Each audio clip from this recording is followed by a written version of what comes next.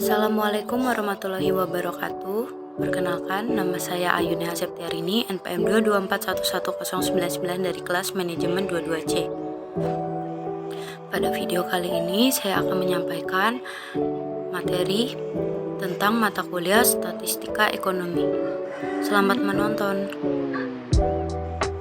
Untuk materi selanjutnya, ukuran pemusatan data kelompok data analisis.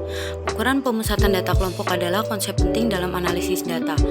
Mari kita pelajari langkah-langkahnya dan contoh penghitungannya di sini. Langkah-langkah dalam menghitung ukuran pemusatan data kelompok dibagi menjadi 4. Yang pertama, mengelompokkan data.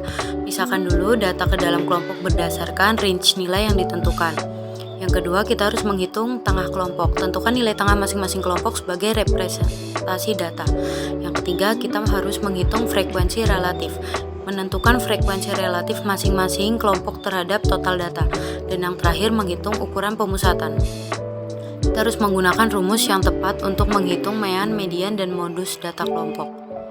Rumus-rumus ukuran pemusatan data kelompok seperti yang ada pada gambar di bawah ini. Rumus mean kelompok dibaca seperti lambang dalam kurung silang dikali F per lambang 0. Untuk rumus median data kelompok, L ditambah dalam kurung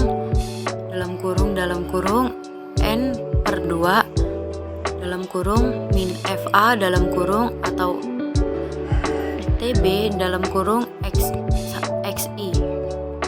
Untuk rumus modus data kelompok, interval dengan frekuensi tertinggi dalam kelompok. Berikut untuk ukuran pemusatan data kelompok yang umum digunakan. Yang pertama, mean. Ukuran pemusatan yang dihitung dengan menjumlahkan data kemudian dibagi dengan jumlah data. Untuk median, nilai tengah yang membagi data menjadi dua bagian yang sama banyak ketika diurutkan. Modus, nilai atau interval dengan frekuensi terbanyak dalam data kelompok.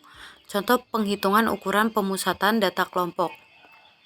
Contoh data angka 10, 15, 20, 25, 30, dan 35. Yang kedua, mean. Kita harus mengurutkan dulu angka-angkanya dari yang terkecil hingga yang kebesar. Jika sudah, dijumlah dan dibagikan. Yang ketiga, median. Jika mencari median, kita membagi 6 per 2 dikurang 1 ditambah 6 per 2 dibagi 2 yang hasilnya 22,5. Untuk modus, tidak memiliki modus karena semua nilai frekuensi sama, tidak ada nilai yang terulang. Kelebihan dan kelemahan dari masing-masing ukuran pemusatan data kelompok. Untuk mean, kelebihan menggambarkan nilai rata-rata secara lebih akurat dibandingkan dengan metode lainnya. Kelemahannya rentan terhadap nilai eksternal yang dapat mempengaruhi hasil akhir. Untuk median, kelebihannya tidak dipengaruhi oleh nilai eksternal, stabil terhadap perubahan nilai eksternal. Kelemahannya tidak dapat digunakan untuk melakukan perhitungan statistik tertentu seperti standar deviasi. Untuk modus, kelebihannya memberikan informasi tentang nilai atau interval yang paling sering muncul dalam data. Kelemahannya hanya berfungsi untuk data kategorikal atau ordinal, sulit diterapkan pada interval atau rasio. Jadi, kesimpulan dan penerapan ukuran pemusatan data kelompok dalam analisis data adalah ukuran pemusatan data kelompok merupakan alat penting dalam menganalisis data. Dengan memahami dan menggunakan metode yang tepat, kita dapat mendapatkan pemahaman yang lebih baik tentang distribusi data kita dan membuat keputusan yang informasional. Sekian pembahasan materi singkat dari saya melalui video ini. Semoga ilmunya bermanfaat. Lebih kurangnya saya mohon maaf.